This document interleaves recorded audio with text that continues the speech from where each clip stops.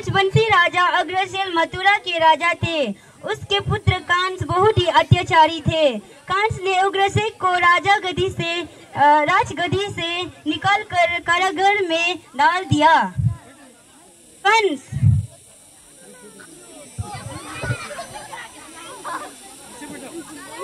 सैनिकों, महाराज उग्रसेन को बंदी बनाया जाए।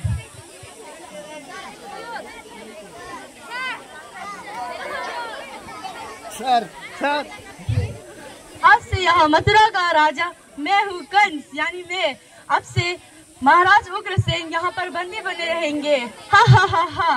आशीर्वाद दीजिए पिताजी।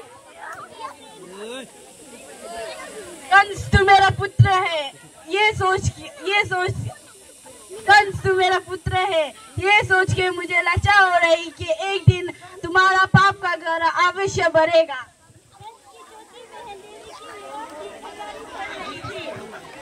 देवकी मथुरा के राजा उग्रसेन की चौथी भाई थे। चौथी भाई देवकी की पुत्री थी।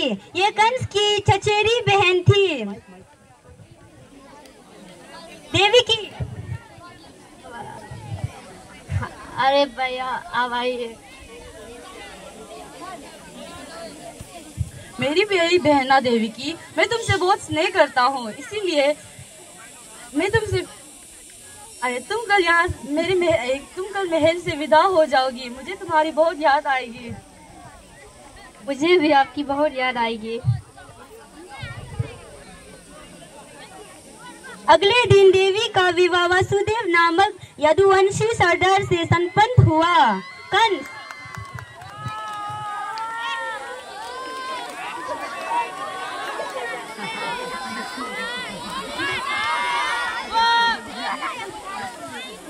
महाराज वासुदेव, मैं अपनी बहन देवकी से बहुत स्नेह करता हूँ, इसीलिए मैं आप उसके ससुराल अपने रथ से विदा करूँगा। ये तो हमारे लिए बहुत ही सौभाग्य का बात होगा महाराज कंस।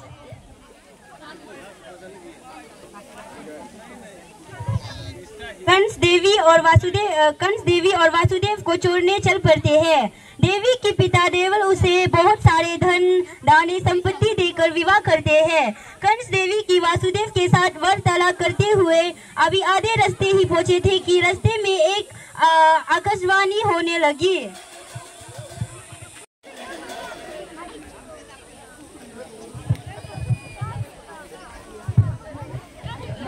कंस, तुम जिस देवकी को बड़े प्रेम से विदा कर रहे हो वही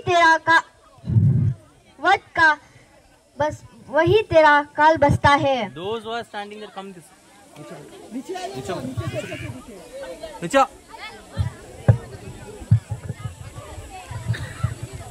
क्या ये सत्य नहीं? अगर ये सत्य है तो इस वासुदेव का मैं वध कर दूंगा, ताकि मुझे अपने काल पर ना डरना पड़े। भैया ऐसे मत मारिए, आप मेरे शौक को नहीं उजाड़ सकते। मैं आपसे वादा करती हूँ कि मेरे कोख से जन्मा हुआ सभी बच्चों को मैं आपके हवाले कर दूंगी। ठीक है, मगर तुम दोनों को मेरे साथ मथुरा महल के कारीगरी पर बंद रहना पड़ेगा। कंस, तुम ऐसे कैसे कर सकते हो? ये तो तुम्हारी बहन है। तुम चाहे तो मुझे काल कोठरी में डाल दो, पर इसे छोड़ दो। कंस ने वासुदेव और देवी की एक बात न सुनी और वासुदेव और देवी को कारागृह में डाल दिया। देवी और वासुदेव दोनों बहुत दुखी और उदास हो रहे थे। देवी की, मुझे माफ कर दीजिए, मेरे वजह से आपको इस काल कोठरी में रहना पड़ रहा है। मैं तो बड़ा ही खुश हूँ तुम्हें अपनी पत्नी पाकर, ऐसा ना कहो। पर लेकिन भैया कंस मेरे कोख से जन्मा हुआ सभी बच्चों को मार देंगे, क्या करें? देवी और वासुदेव कारागृह में दुख बोल रहे थे। कंस देवी और वासुदेव को दुखाता रहता था। देवी के बच्चे पैदा होते और कंस कारागृह में आकर देवी की हाथ से बच्चे को छीन लेता।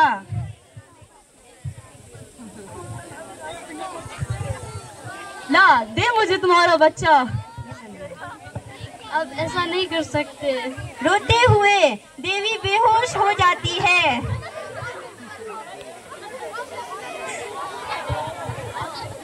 वासुदेव, हे ईश्वर, ये क्या हुआ मेरी देवकी को? हमें कब इस अत्याचारी कंस से मुक्ति मिलेगी? कंस बहुत ही अत्याचारी राजा थे जिससे प्रजा बहुत ही डरते थे। दुराचारी कंस ने वासुदेव देवी के बच्चे को जन्म होते ही मार देते। अब अथवा बच्चे होने वाले थे। कंस, सैनिक, देवकी का आत्मा पुत्र का समय आ रहा है। पहरेदारी और भी बढ़ा दिया जाए। जो हुक्म, जो आज्ञा महाराज के। जिस समय देवी को पुत्र हुआ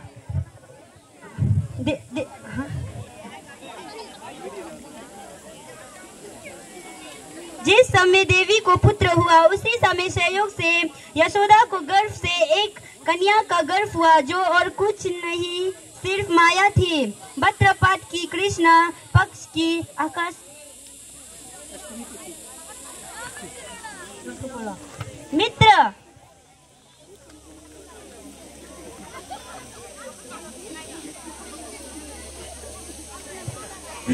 महाराज कंस ने वासुदेव और देवकी को कालकोठरी में बंद कर रखा है। देवकी का आधवा पुत्र का समय भी निकट आ रहा है।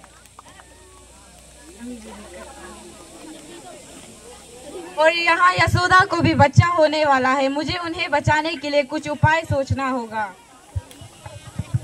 जिस समय देवी को पुत्र हुआ उसी समय संयोग से यशोदा के गर्भ से एक कन्या का गर्भ हुआ, जो और कुछ नहीं सिर्फ माया थी। भद्रपात की कृष्ण पक्ष की अष्टमी को रोहिणी नक्षत्र हुआ। उनके जन्म लेते ही जेल की कोठरी में प्रकाश जल गया। रसुदेव के सामने संग चक्र गदा एवं परम धारी चतुर अपना रूप प्रकट कर कहा, वासुदेव, मैं पुत्र का रूप धारण किए देवकी की कोख से जन्म ले चुका हूँ। अब देर ना करो, गोकुल जाकर जिस कन्या को अभी जन्मा है उसे ले आओ और कंस को सौंप दो। भगवान विष्णु अंतर्धान हो गया। देखते ही देखते वासुदेव जी की हाथ कड़िया अपने आप खुल गए। कारागरी के द्वार अपने आप खुल गए। सभी पहरेदार सो गए। देवी की बेहोश अवस्था में थी। वासुदेव कृष्ण को एक ठोकरी में रखकर गोकुल को चल दिया। बारिश और तूफान के बीच नन्हे कृष्ण को उठाए वासुदेव चल रहे थे।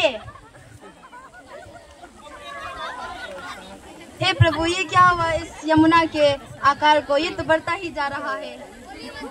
यमुना नदी श्री कृष्ण के चरणों को स्पर्श करना चाहती थी, इसलिए वो ऊपर हो गए। भगवान ने अपने पैर लटका दिया। चरण छूने के बाद यमुना घाट गए। भगवान श्री कृष्ण के इस कैला को देख रहे थे। वो यमुना पार करके गोकुल नदी के यहाँ गए। नन, ये लो मेरा पुत्र कृष्णा। ये बड़े होकर मथुरा वासियों को कंस के अत्याचारियों से बचाएगा। मित्र, आओ मित्र, अभी यशोदा सोई हुई है, बगल से बच्ची को ले जाओ। नन्ना माया रूपी कन्या को वासुदेव के हाथों में देते हैं।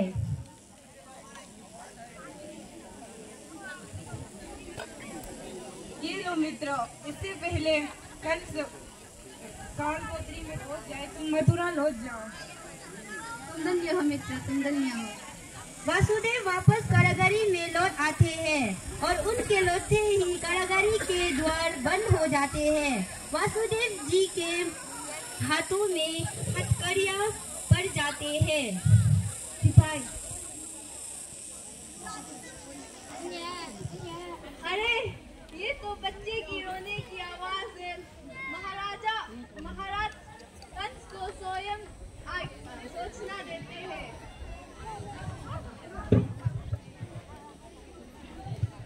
तो देव की हमें पुत्र नहीं कन्या हुआ है। सिपाही।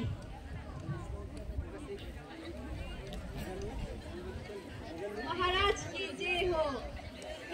देवकी ने पुत्र को नहीं पुत्री को जन्म दिया है। तेरा दर कंस के पास जान। क्या ये सत्य नहीं हो सकता? लगता है भगवान भी मेरे काल रूप से डर कर पुत्र की जगह पुत्री का जन्म हुआ है। अब पर भी इसे मुझे उसका वध करना पड़ेगा ताकि मुझे मेरे काल पे डर ना रहे। तेरा दर कंस के पास जाते हैं।